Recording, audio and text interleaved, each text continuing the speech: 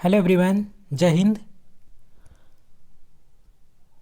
दोस्तों, आज की इस वीडियो में हम लोग पढ़ेंगे यूपी बोर्ड क्लास 8 का मैथ्स चैप्टर नंबर 18D। प्रश्न नंबर फर्स्ट यहाँ पे दे रखा है, जो कि आपका क्षेत्र मिति यानी कि मेंसुरेशन से है। एक लंब वृत्तीय बेलन के आधार का क्षेत्रफल दे रखा है 100 वर्ग सेंटीमीटर।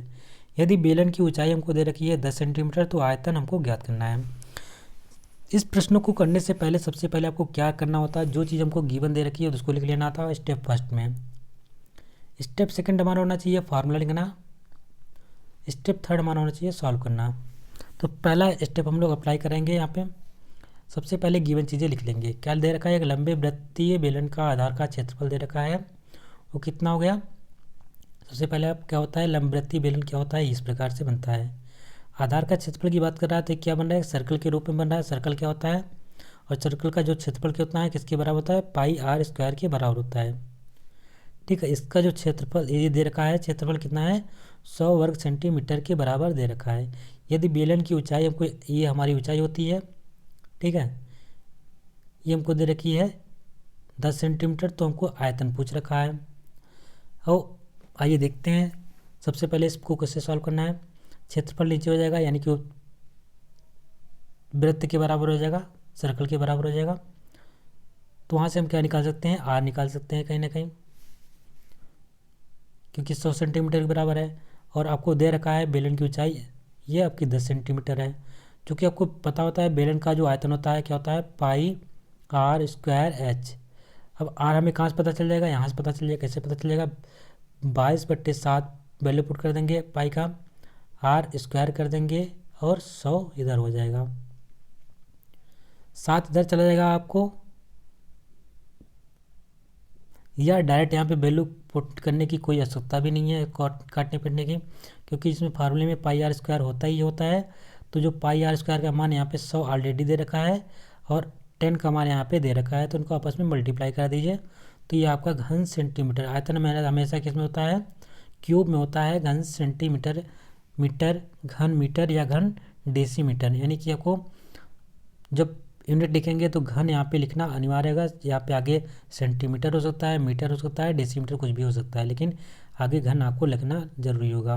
क्योंकि आयतन में अगर हम देखते हैं तो लंबाई चौड़ाई ऊंचाई दोनों होती है। तो मीटर गुणे मीटर गुणे मीटर अगर कर देंगे तो क्या हो जाएगा, क्यूब हो जाएगा। और क्यूब को क्या बोलते हैं, हिंदी में घन कहते हैं। तो यहाँ पे आप डायरेक्ट कर सकते हैं, पाई आर स्क्वायर का मान दे रखा था, ये पाई आर स्क्वायर, और एच का मान यहाँ दे रखा था, तो दोनों को मल्टीप्लाई कर दिए, आपका आ गया 1000 घन सेंटीमीटर आंसर। प्रश्न नंबर सेकंड है, एक वर्गाकार कागज जिसकी भुजा 25 सेंटीमीटर है, उसको मोड़कर बेलन बनाया गया। बने बेलन का वक्र पृष्ठ ज्ञात कीजिए। वक्र पृष्ठ कहने का मतलब होता है जो उसका पृष्ठ हो, यानी कि एक प्रकार से आपको एक कागज़ था, इस कागज़ को आपने जब मोड़ने के बाद एक क्या बना लिया आपने, एक बेलन बना लिए। तो इसका जो किनारे वाला जो भाग था, जो यही था, उसको हमको ज्ञात करना है, वक्र पृष्ठ ज्ञात करना है, पृष्ठ उसका पृष्ठीय क्षेत्रफल ज्ञात करना है। तो सबसे पहले वर्गाकार कागज़ का भुजा हमको दे रखी थी 25 सेंटीमीटर। वहाँ से हम क्या निकाल लेंगे, आपको वहाँ से आप निकाल लेंगे वर्ग का क्षेत्रफल, और वर्ग का जो क्षेत्रफल आएगा कहीं ना कहीं वही किसके बराबर होगा, उस पृष्ठ के बराबर हो जाएगा जो बेलन को मोड़ा गया है। तो हमको पता है वर्गाकार कागज़ जिसकी भुजा 25 सेंटीमीटर है को मोड़कर बेलन बनाने पर बने बेलन का पृष्ठ जो होगा वो किसके बराबर होगा, वर्गाकार कागज़ का क्षेत्रफल के बराबर होगा। अब जो वर्गाकार कागज़ होता है उसका जो क्षेत्रफल होता है, अगर आपको एक भुजा दे रखी है और तो हमें आसानी से हम उसका स्क्वायर कर देंगे उस भुजा का, वो हमारा क्षेत्रफल निकल के आ जाएगा। ठीक है, क्योंकि हमें पता होता है भुजा गुणे भुजा होती है, नहीं भुजा का स्क्वायर होता है वर्ग में, क्योंकि एक भुजा अगर बराबर है तो सभी चारों भुजाएं यहाँ पे बराबर होंगी। एक भुजा अगर पता होगी हमको तो 5 चारों भुजाएं हम पता कर सकते हैं वर्ग में, क्योंकि सभी भुजाएं बराबर होती है। तो भुजा गुणे भुजा कर देंगे तो यानी कि 25 गुणे 25 कितना होता है, 625 वर्ग सेंटीमीटर। क्षेत्रफल हमेशा किस में लिखते हैं, वर्ग में लिखते हैं, स्क्वायर में लिखते हैं। अब यूनिट आगे वाली कुछ भी हो सकती है, मीटर हो सकती है, सेंटीमीटर, डेसीमीटर कुछ भी हो सकती है, जो वो क्वेश्चन के ऊपर डिपेंड करेगा। तो यही 625 वर्ग सेंटीमीटर जो होगा वो बेलन का पृष्ठ भी होगा और वर्गाकार कागज़ का क्षेत्रफल भी होगा। प्रश्न नंबर 3 है, एक लंबवृत्तीय बेलनाकार ड्रम का व्यास दे रखा है 55 सेंटीमीटर तथा लंबाई 120 सेंटीमीटर। उस ड्रम में कितने लीटर पानी आएगा, यानी उसकी धारिता की बात कर रहा है, अंदर वॉल्यूम की बात कर रहा है, कितना पानी उसके अंदर हम रख सकते हैं। तो सबसे पहले आपको व्यास दे रखा है, व्यास से हम क्या निकालेंगे, त्रिज्या निकालेंगे, यानी ड्रम का व्यास जो हो जाएगा 55 सेंटीमीटर है, उसको आधा कर देंगे हम लोग तो उसकी त्रिज्या हमको पता चल जाएगी सेंटीमीटर में। उसके बाद हमको हाइट दे रखा है, वो कितना है 120 सेंटीमीटर। हमसे क्या पूछ रखा है, जो अगर हमें अंदर की बात कर रहा है, कुछ अगर हम भरने उस ड्रम में, अगर हमें बेलन है, बेलन के अंदर कुछ भरते हैं, ड्रम भरते हैं पानी, तो अंदर की बात करता है तो हमें उसका आयतन निकालना होता है। ठीक है, आयतन यानी कि आयतन का फार्मूला क्या होता है, पाई आर स्क्वायर इंटू एच। ये फार्मूला बनता कैसे है, आइए बना के देखते भी हैं। ये हमारा एक प्रकार से क्या था, आयत मान लीजिए था।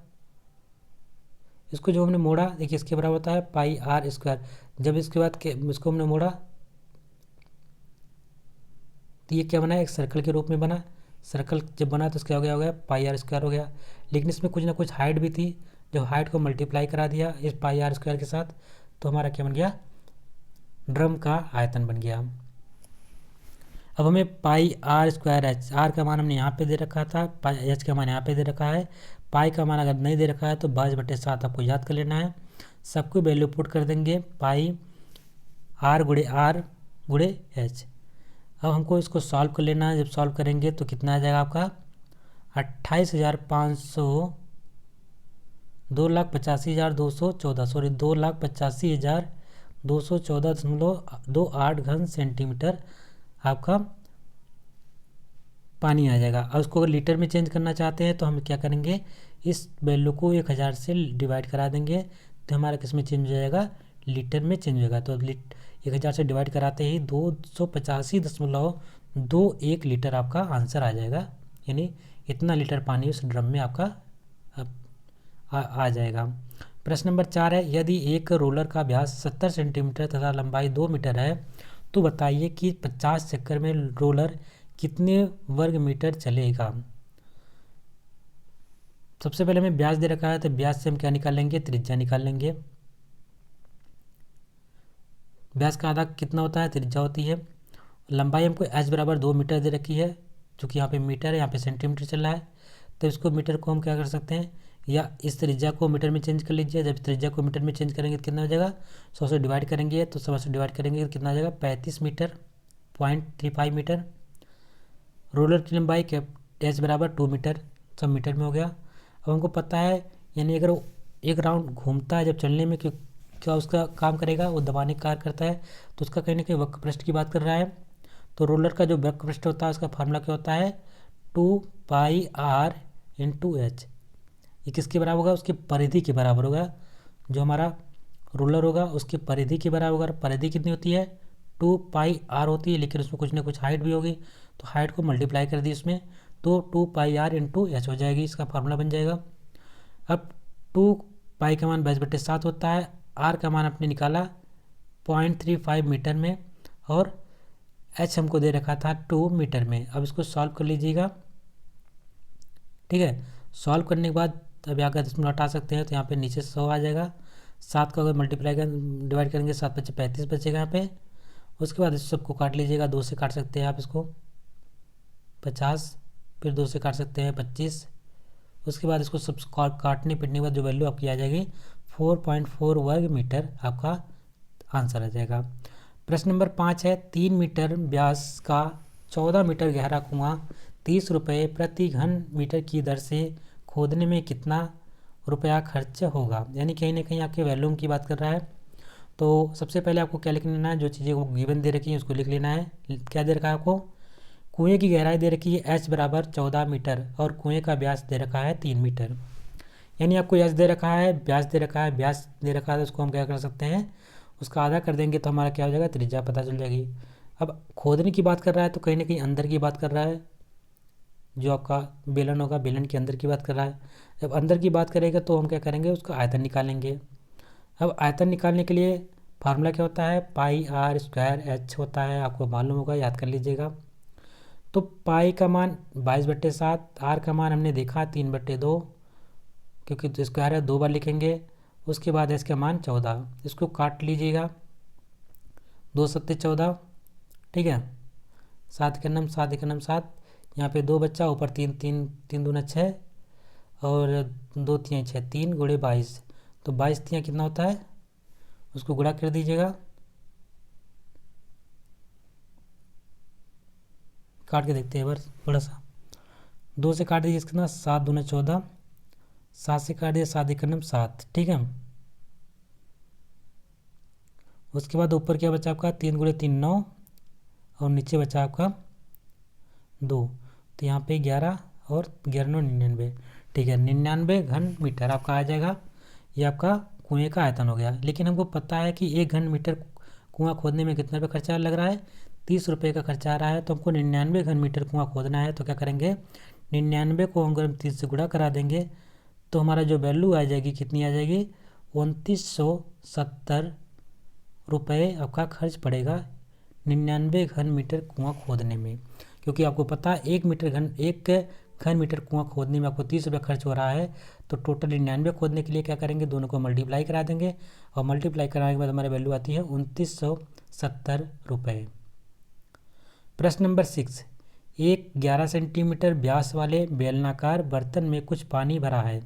यदि 5.5 सेंटीमीटर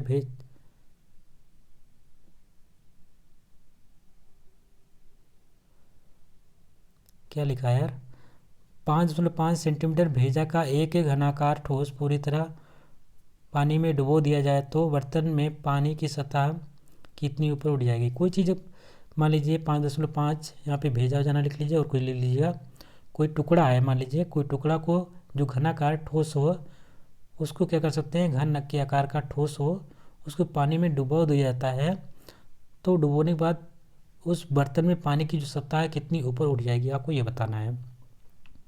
आइए देखते हैं इस प्रश्न को कैसे करना है। सबसे पहले घनाकार ठोस की बात कर रहा है, वहाँ पे ठोस लिख लीजिएगा, भेजा जाना लिख लीजिएगा। घनाकार ठोस की जो भुजा हो जाएगी कितनी जगह, 5.5 सेंटीमीटर। एक भुजा आपको दे रखी है, तो क्योंकि घन की बात कर रहा है, घनाकार ठोस का आयतन क्या हो जाएगा, वो क्या कर देंगे, भुजा गुणे भुजा गुणे भुजा, यानी कि भुजा का क्यूब कर देंगे, तो आपका उसका आयतन निकल जाएगा। तो बर्तन की त्रिज्या कितनी हो जाएगी, त्रिज्या निकालने के लिए हम व्यास का आधा कर देंगे 11/2, यानी कि 5.5 सेंटीमीटर, क्योंकि यहाँ पे आपको ऑलरेडी दे रखा था बेलनकार बर्तन का व्यास, तो हमने वहाँ से त्रिज्या निकाल ली। यदि पानी का तल h ऊंचाई से उठ जाता है, h ऊंचाई ऊपर उठ जाता है, तो बढ़े हुए पानी का आयतन कितना हो जाएगा, पाई r² इंटू h घन सेंटीमीटर। प्रश्नानुसार पानी का आयतन बराबर घनाकार ठोस का आयतन, यानी जो पानी का आयतन होगा वो किसके बराबर होगा, जो घनाकार ठोस का आयतन होगा उसके बराबर होगा। तो पानी का आयतन हमारा पाई r² इंटू h होता है। r का मान हमने कितना निकाला, 5.5 स्क्वायर, 5.5। यहाँ पे h का मान हमको पता नहीं है, क्योंकि कितना बढ़ रहा है वही हमको ज्ञात करना है। और जो घनाकार ठोस का आयतन था कितना है, 5.5 का मीटर क्यूब। यहाँ से 2 स्क्वायर था उसको काट दीजिए, यहाँ पे 1 काट दीजिए, कितना बचेगा, 5.5 बचेगा। अब पाई का मान यहाँ पे रख दीजिएगा, पाई का मान रखेंगे 22/7, तो 7 ऊपर चला जाएगा, यानी 5.5 गुणे 7/22। जब इसको सॉल्व करेंगे कितना आ जाएगा, h इक्वल टू आ जाएगा 1.75 सेंटीमीटर। अतः पानी की सतह कितनी आपके ऊपर उठ जाएगी, 1.75 सेंटीमीटर ऊपर उठ जाएगी। प्रश्न नंबर 7 है, एक 17 सेंटीमीटर लंबे और 7 सेंटीमीटर चौड़े आयत को चौड़ाई के परितः घुमाने पर बने बेलन का आयतन और वक्र पृष्ठ ज्ञात कीजिए। आइए देखते हैं। सबसे पहले आपको गिवन चीज़ें लिख लेनी है। चौड़ाई हमको दे रखी है जो आयताकार है 7 सेंटीमीटर, परितः घुमाए जाने पर जो बेलन का आधार की त्रिज्या जो बनेगी कितना हो जा रही है, 17 सेंटीमीटर, तथा बेलन की ऊंचाई हमको दे रखी है 7 सेंटीमीटर।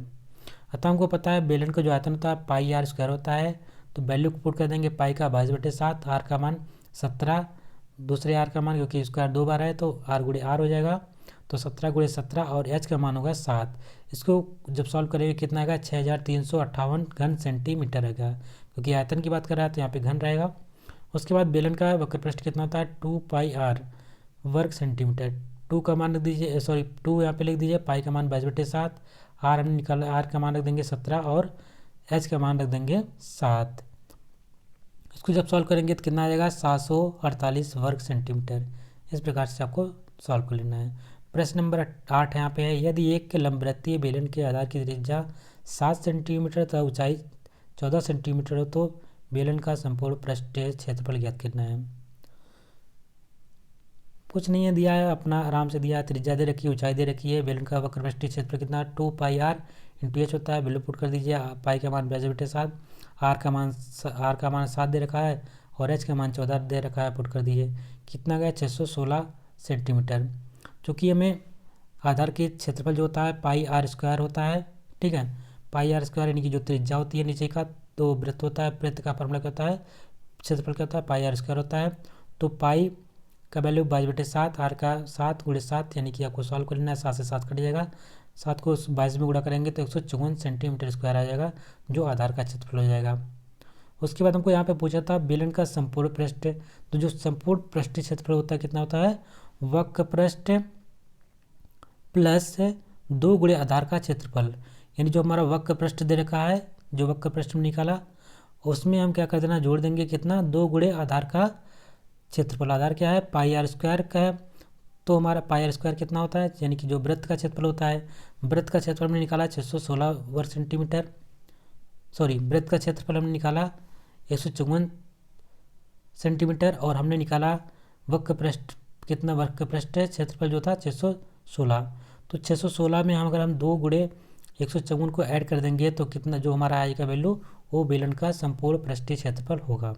सिर्फ अगर आपसे पृष्ठीय क्षेत्रफल पूछता तो 616 सेंटीमीटर हो जाता, लेकिन यहाँ पे संपूर्ण पृष्ठीय क्षेत्रफल पूछ रहा है, तो जो आधार वाली त्रिज्या होगी, जो आधार वाली आपकी क्षेत्रफल होगा उसको भी ऐड कर दे लेना है, इसमें कर लेना है। किसके साथ ऐड करना है, क्योंकि 2 आधार होंगे नहीं, एक तो ऊपर भी होगा एक नीचे भी होगा, इसलिए 2 बार गुणा करेंगे, एक को निकाल करके दूसरे वाले में गुणा कर देंगे। यानी कि 154 पहला वाला है, तो यहाँ पे 2 एक नीचे है एक ऊपर है, दोनों को आप करके कर देना है, मल्टीप्लाई करने के बाद जोड़ देना है।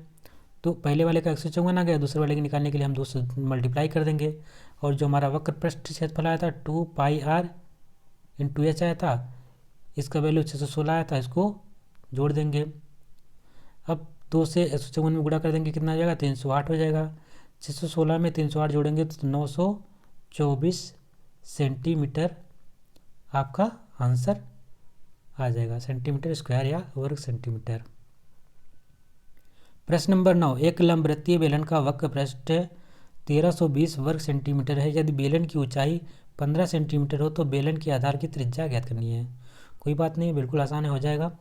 सबसे पहले क्या दे रखा है, बेलन का वक्र पृष्ठीय क्षेत्रफल 1320 सेंटीमीटर स्क्वायर, बेलन की ऊंचाई हमको दे रखी है 15 सेंटीमीटर, तो हमको क्या लिखना है, फार्मूले प्रश्नानुसार बेलन का वक्र पृष्ठीय क्षेत्रफल कितना हो जाएगा 2 पाई आर एच, चूँकि हमको वक्र पृष्ठीय क्षेत्रफल का वैल्यू दे रखा है कितना 1320, 2 यहाँ पे पाई का मान 22/7, आर का मान हमको पता नहीं है, और एच का मान हमको दे रखा है, तो एच का मान यहाँ पे पुट कर देंगे। उसके बाद आपको सॉल्व कर लेना है, आर इक्वल टू क्या हो जाएगा, आर के साथ जो मल्टीप्लाई में जो वैल्यू होगी कहाँ चली जाएगी, इस 1320 के नीचे चली जाएगी। यानी कि जो मल्टीप्लाई में कौन कौन सी है, 22 है आपका, 2 है और 15 है, ये सब आपके नीचे चली जाएंगी, और जो आर के नीचे होंगी वो कहाँ चलेंगी, वो 1320 के साथ में चली जाएंगी। तो आर के नीचे सिर्फ एक ही वैल्यू थी 7 थी, वो कहाँ चली गई आपका 1320 के साथ, और जो मल्टीप्लाई 7 थी वो सब कहाँ चली गई 1320 के नीचे। अब इसको आप काट पीट लीजिए, काटने पीटने के बाद जो वैल्यू आपकी आ जाएगी, आर बराबर कितना आ जाएगा 14 सेंटीमीटर आ जाएगा। तो शायद यही आपसे पूछा भी गया था, आधार की त्रिज्या पूछनी थी, तो यही आपका आंसर हो जाएगा, यानी कि आधार की त्रिज्या कितनी हो जाएगी 14 सेंटीमीटर आपका आंसर हो जाएगा। तो ये चैप्टर भी कंप्लीट होता है। अगर आपको ये वीडियो पसंद आई होगी तो आप इसको लाइक करिएगा, चैनल पर अगर नए होंगे तो चैनल को सब्सक्राइब कर लीजिएगा, और बेल आइकन को भी प्रेस कर लीजिएगा। जब भी हम अगला वीडियो डालेंगे तो उसका नोटिफिकेशन आप तक पहुंच सकेगा। आपको ये भी बताएंगे कमेंट बॉक्स में कमेंट करके आपको वीडियो कैसी लगी। तब तक के लिए नमस्कार, मिलते हैं अगले वीडियो में। जय हिंद,